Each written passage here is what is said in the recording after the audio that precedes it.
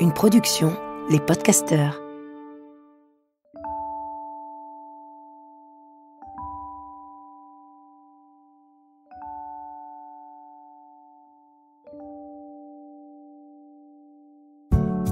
Bonjour. Oui, bonjour. Vous savez, je suis toujours Marie-Robert. Depuis maintenant plus de 2 ans, j'ai une proposition à vous faire. Et si la philosophie devenait sexy ? Et si elle cessait d'être abstraite pour venir éclairer nos jours, comme nos nuits ? Et si elle quittait l'espace confiné des bibliothèques et qu'elle venait se faufiler dans notre quotidien ? Fini les dissertations et les mauvais souvenirs de terminale. Ici, on change de ton. La philosophie n'est pas une méthode à suivre, elle est un pas de côté. Elle nous permet de prendre du recul sur les gens, les choses, et aussi sur tout ce qui nous submerge. Soudain, par la magie des mots et du raisonnement, on aborde les événements de la vie autrement. Et on parvient même à trouver du confort dans des zones d'inconfort. Bref, on apprend à se faire du bien. C'est pourquoi, durant ces quelques minutes en votre compagnie, je n'ai pas d'autre ambition que d'arrêter les compteurs et de partager une bulle de respiration.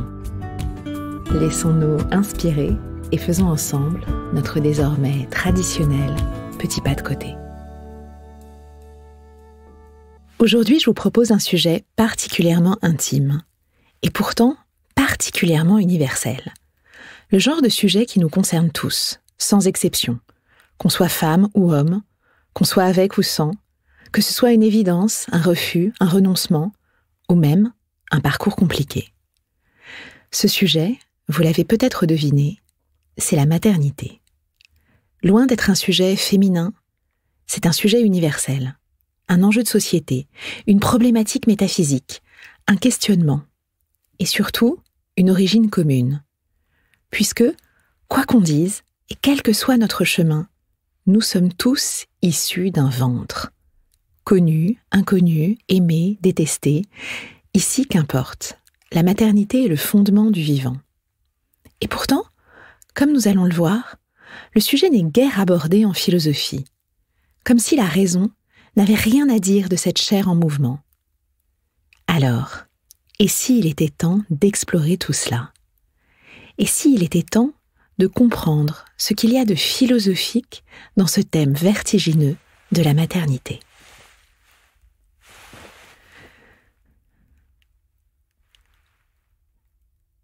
Avant de commencer, je vais vous raconter une histoire. Nous sommes à Noël, en 1989. J'ai 4 ans et sur ma liste destinée à l'homme vêtu de rouge, j'inscris mon rêve le plus cher. Recevoir un poupon à la peau noire.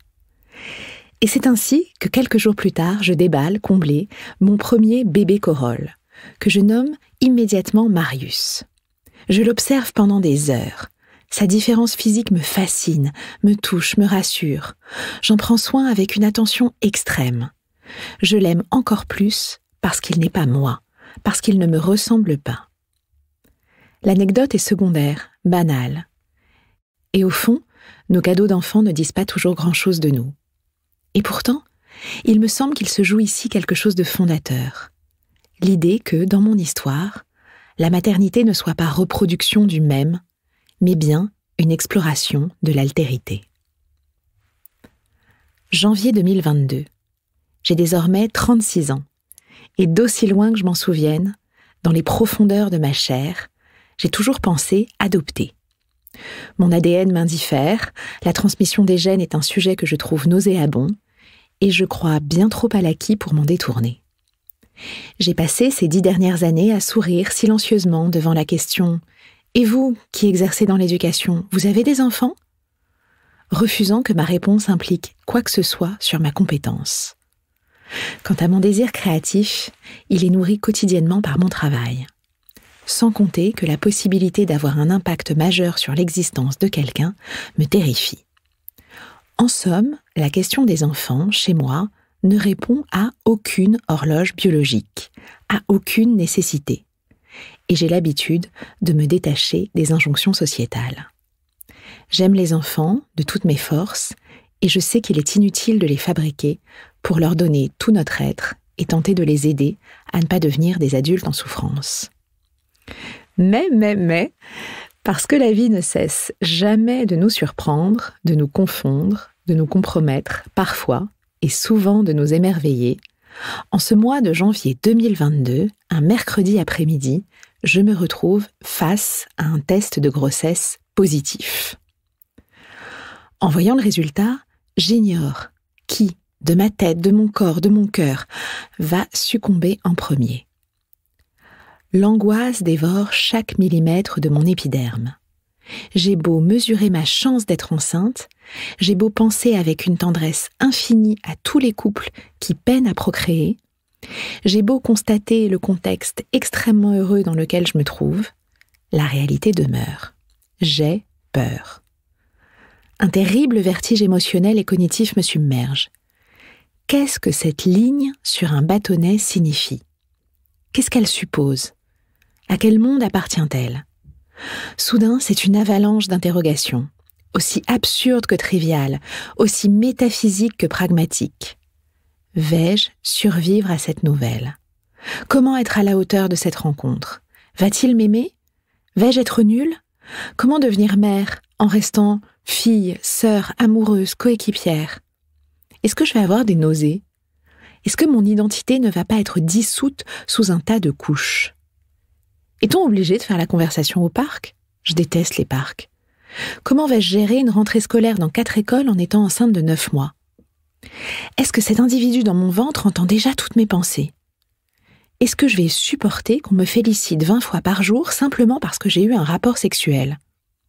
Et est-on obligé d'avoir une poussette ? Je déteste aussi les poussettes. Est-ce que je vais pouvoir continuer le sport ? Comment faire de lui un mensch, un type bien ? Est-ce possible d'être philosophe et maman ? Comment élever quelqu'un qui me ressemble ? Et surtout, vais-je mourir si je donne vie ? Pour faire face à l'angoisse, je me mets à faire ce que mon esprit de bon élève sait faire de mieux. Je lis. En 8 jours à peine, j'avale des montagnes de connaissances. De Françoise Héritier à Françoise Dolto, de l'hypnonaissance au fonctionnement de l'ocytocine, je prépare la guerre. Contre qui, je l'ignore. Mais le plan d'attaque est à la mesure de ce curieux miracle qu'est la fabrication d'une existence. Je note, j'encadre, je planifie. Et en parallèle, je découvre l'ivresse médicale, les analyses de sang, d'urine, de chair, l'infantilisation, les pesées, la surveillance. En 10 jours, j'ai déjà l'impression d'avoir traversé le désert. Et mon angoisse reprend de plus belle. Suis-je condamnée à n'être que corps pendant 9 mois ? Suis-je obligée de vivre dans ce nouveau territoire où tout est anticipation d'un risque ou d'un chagrin à venir ? Va-t-on me parler comme si tous mes neurones avaient pris la fuite ? Combien de comptes Instagram de maternité vais-je me mettre à suivre ? Combien de conseils que je n'ai pas demandés va-t-on vouloir me donner ? J'étouffe. Une fois encore, l'air se raréfie autour de moi. Je crois en l'affranchissement et en l'autonomie, je ne peux pas continuer ainsi. Je cherche alors des pages philosophiques sur la maternité, sur l'aventure métaphysique qu'elle suppose. Je ne trouve que des lignes dissuasives, effrayantes. Comment est-ce possible ? Pourquoi la maternité fait partie des impensés philosophiques ? Il me faut enquêter, et c'est ce que je vous propose aujourd'hui. Le terme maternité vient du latin mater, matrice, qui signifie mère. Il désigne à la fois le statut de mère, l'état de grossesse et le lieu destiné à recevoir les femmes quand elles accouchent. En somme, dès le départ, le mot est si ample qu'il faut déjà accepter de le défricher. Car en plus de désigner différentes réalités, réfléchir à la maternité, c'est aussi flirter avec plusieurs approches et disciplines. C'est naviguer à travers des notions juridiques, des émotions, des névroses, des faits médicaux, des données anthropologiques, des enjeux sociaux. En somme, c'est s'attaquer à un millefeuille de représentations qui sont parfois contraires les unes aux autres. Sans compter les innovations technologiques qui complexifient la définition et étendent le champ des possibles. Bref, peut-être que l'impensé maternel vient tout simplement de la difficulté extrême à penser le sujet. Car avouons-le, comme nous l'évoquons depuis le départ, c'est bien d'impensés qu'il s'agit. Si nous nous plongeons dans l'histoire, la maternité n'a pas toujours eu bonne presse. Dans l'Antiquité, si l'accouchement des idées est noble, et si l'on aime rappeler que la mère de Socrate était sage-femme, la place de l'accouchement charnel n'est pas pour autant valorisée. Disons qu'on préfère les métaphores à la réalité du corps. C'est Aristote, en particulier, qui pose le cadre théorique qui sera celui de la maternité à travers les siècles. La possibilité d'enfanter est définie comme une fonction qui cantonne les femmes dans la sphère domestique. Aristote explique que, capables seulement de procréer, les femmes doivent être tenues éloignées des occupations de l'esprit qui, je cite, gaspilleraient inutilement leur force. En somme, le monde se divise entre le féminin qui appartient et doit rester dans le privé et le masculin qui s'expose en public. Les médecins confirment l'importance pour la femme de procréer. Le premier signe à considérer chez la jeune fille est l'arrivée bienvenue du sang des règles, signe de leur capacité reproductrice.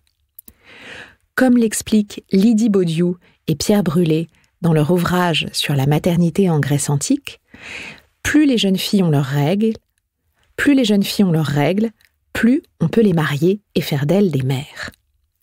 Hippocrate, le célèbre père de la médecine, dans un ouvrage phare nommé « Maladie de jeune fille », affirme que seul le mariage pourra libérer la Vierge des désordres de son corps. En effet, le sang qui bouillonne dans son corps la fragilise, écrit-il. L'instabilité de sa matrice lui cause des maux qui peuvent la mener à la mort. Le diagnostic est donc aussi facile que la thérapie imparable. Il écrit « Elles sont délivrées de cette maladie quand rien n'empêche l'éruption du sang. Je recommande aux jeunes filles éprouvant des accidents pareils de se marier le plus tôt possible.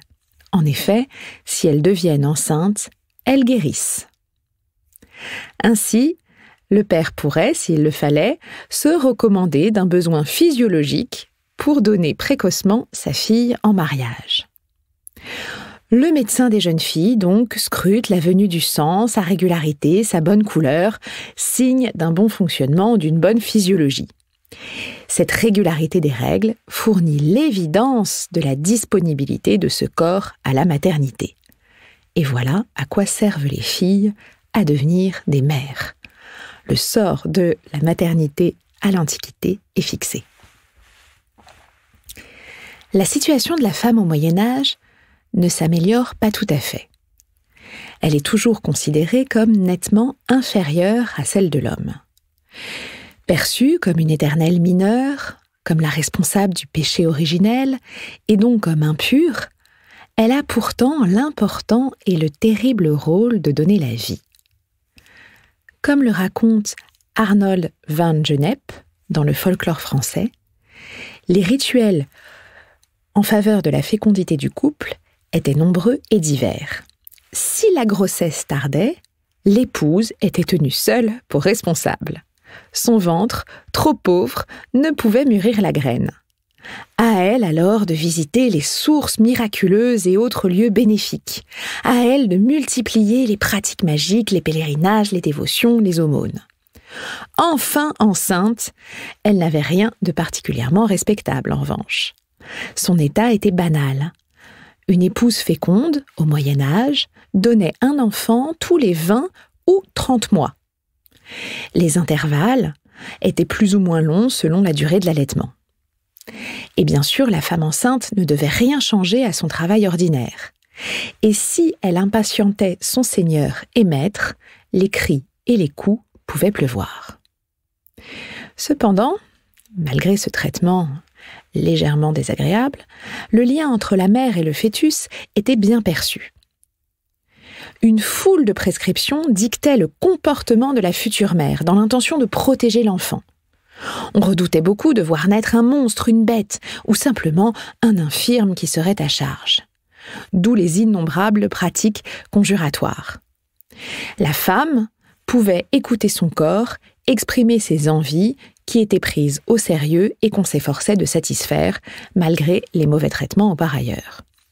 Et si une fausse couche survenait, parentes et amis consolaient la femme, on parlait d'accident, on impliquait la volonté divine, toujours impénétrable, on s'assurait que l'être perdu, s'il n'avait pas encore bougé, n'était pas totalement un enfant.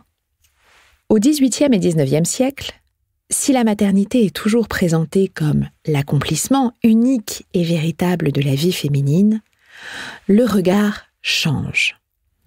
On s'éloigne de l'Antiquité, on s'éloigne un peu du Moyen-Âge, et on valorise, chez les Lumières notamment, la figure de la bonne mère, capable de donner vie à de futurs citoyens. Dans les écrits intimes des milieux les plus favorisés, la grossesse devient un possible sujet. En 1823, George Sand essaye de convaincre son amie de couvent, Émilie de Vimy, du bonheur physique qu'apporte la grossesse. Elle écrit dans ses correspondances « En attendant, tu ne conçois pas quel plaisir on éprouve à sentir remuer son enfant dans son sein, et quel doux projet on fait pour lui. » Idem chez Edmée Guébin, enseignante, libre penseuse, qui commence à tenir son journal en 1887, moment où sa grossesse et sa maternité semblent vraiment commencer. Elle écrit « Je crois t'avoir senti aujourd'hui tressaillir en moi, cher petit être d'avenir, cher inconnu qui me rend heureuse et qui me trouble étrangement. Une vie se révèle, née de la mienne, indépendante pourtant, et dès aujourd'hui, je la respecte. » Dans son cas, cette révélation suscite immédiatement des réflexions sur l'avenir de l'enfant et la responsabilité qui incombe à la mère à cet égard. L'investissement de la grossesse se mesure aussi à l'immense tristesse de certaines femmes à l'occasion d'une ou de plusieurs fausses couches. Celles-ci sont relativement fréquentes à l'époque, de l'ordre du quart des conceptions. Mais si elles se répètent et débouchent sur une stérilité, les femmes semblent alors inconsolables et l'écrivent. Suzanne Volquin, la journaliste et écrivaine féministe, fait l'expérience de multiples fausses couches à cause d'une syphilis transmise par son mari. Cette expérience la bouleverse, elle qui voulait tant avoir des enfants. Elle écrit ces quelques mots. « Pendant les 5 premières années de mon mariage, je dus, par cette triste cause, abandonner l'espoir d'être mère. Oui, pendant ce laps de temps, j'ai senti 3 fois un cher petit être s'agiter dans mon sein et mourir avant d'avoir vu le jour. Que de pleurs n'ai-je pas versé dans le silence des nuits, en voyant chaque fois mon espoir déçu. Oh, avoir senti tout près du cœur cette jeune vie, que je couvais avec tant d'amour, dépérir et s'éteindre, n'avoir pu entendre ce premier cri tant désiré. La parole est impuissante pour t'exprimer la lassitude, le dégoût de la vie que chacune de ces crises me laissait au fond du cœur. » Ce type de témoignage féminin sur le vécu de la grossesse et de la maternité, notamment l'expression des sensations physiques et des émotions, semble plus fréquent à partir du XIXe siècle. La parole féminine est plus abondante et plus libérée qu'auparavant. L'impensé rejoint le monde intime. Mais c'est évidemment au XXe siècle que les enjeux changent. La famille nucléaire se généralise, avec, au centre, la présence de la mère. La politique nataliste, entre deux guerres, ramène les femmes au foyer, après une courte période d'émancipation. Et pour ce faire, l'État français met en place un certain nombre d'incitateurs. L'État reconnaît l'importance de la fonction maternelle en instaurant la fête des mères en 1926, l'assurance maternité en 1928 et une allocation pour les mères au foyer en 1938. Mais attention, si la valorisation est bien là, nous ne sommes toujours pas dans du penser. Être mère reste un devoir. Valorisé, certes, mais un devoir qui n'est pas un objet de philosophie. C'est justement de ce devoir, de ce prétendu devoir, dont va s'emparer Simone de Beauvoir pour décrire l'aliénation maternelle. Elle est la première à remettre en cause l'évidence du destin maternel des femmes, dont nous parlons depuis le début. En dénonçant les ressorts corporels de la soumission féminine, Simone de Beauvoir place en effet l'accent sur ce drame que constitue selon elle la grossesse pour les femmes, puisque la grossesse les maintient dans l'immanence d'une condition de servitude. Publié en 1949, bien avant que les femmes puissent maîtriser la procréation, le deuxième sexe fait de la condition maternelle la pire des abominations. La future mère étant à la fois aliénée dans son corps et dans sa dignité sociale. Avant même d'aborder la maternité, elle commence sa réflexion en ces termes. Il y a un type humain absolu qui est le type masculin. La femme a des ovaires, un utérus. Voilà des conditions singulières qui l'enferment dans la subjectivité. On dit volontiers qu'elle pense avec ses glandes. L'homme oublie superbement que son anatomie comporte aussi des hormones, des testicules. Il saisit son corps comme relation directe et normale avec le monde, qu'il croit appréhender dans son objectivité, tandis qu'il considère le corps de la femme comme alourdi par tout ce qui le spécifie. Un obstacle, une prison. Penser avec ses glandes. Voilà pour Simone de Beauvoir la grande affaire de ce corps alourdi qu'est le corps féminin. Avant même que soit envisagée la maternité, la féminité est d'emblée présentée comme exposée au risque d'un alourdissement aliénant, d'une maternité potentielle et essentielle qui représente une menace même lorsque la femme ne s'engage pas dans cette voie. Elle persiste par la suite et montre que ce mythe de la mère est une construction, un enfermement social. Aliénée dans son corps et dans sa dignité sociale, la mère a l'illusion pacifiante de se sentir un être en soi, une valeur toute faite. Mais ce n'est qu'une illusion, car elle ne fait pas vraiment l'enfant, il se fait en elle. Ici, la maternité est pensée philosophiquement, mais la réflexion est particulièrement acerbe. Alors quoi ? Lorsqu'on décide d'avoir un enfant, n'a-t-on pas d'autre choix que de penser avec nos glandes ? Dans les années 70, les féministes vont réclamer que les femmes puissent prendre le contrôle de leur nature procréatrice grâce au droit indispensable à la contraception et à l'avortement. Elles enclenchent de ce fait une vraie mutation anthropologique. D'horizon inesquivable et impératif, la maternité devient une potentialité. Pour les féministes radicales, il s'agit de s'affranchir de l'esclavage maternel en refusant l'injonction à l'hétérosexualité et en imaginant un monde où l'on pourrait faire des enfants hors du corps des femmes. Évidemment, ces différents bouleversements, que ce soit le basculement féministe ou l'accès à la contraception en 1967, l'interruption volontaire de grossesse en 1975 et les bouleversements des structures familiales, participent en France et dans certains milieux à faire de la maternité un choix conscient et ouvrent la perspective de penser avec ses connexions neuronales plutôt qu'avec ses glandes. Et pourtant, même si cette possibilité de choix est primordiale, même si c'est une urgence qu'il est indispensable de préserver, que dit-elle du devenir mère ? Jusqu'ici, dans ce rapide panorama de la perception de la maternité à travers les âges, nous avons finalement beaucoup parlé du corps, beaucoup parlé des émotions, du statut social, mais finalement assez peu de la transformation métaphysique que l'enfantement suppose. Car au bout du compte, voilà la question centrale. À quoi donne-t-on naissance en devenant mère ? Émerveillée par le miracle de la naissance de ses enfants, la professeure de philosophie au Centre Sèvres, Clarisse Picard, a cherché à comprendre ses émotions et à les penser. La philosophie de l'enfantement qu'elle propose emprunte autant aux études féministes qu'aux approches phénoménologiques. Elle invite les philosophes à prendre au sérieux la question de l'enfantement.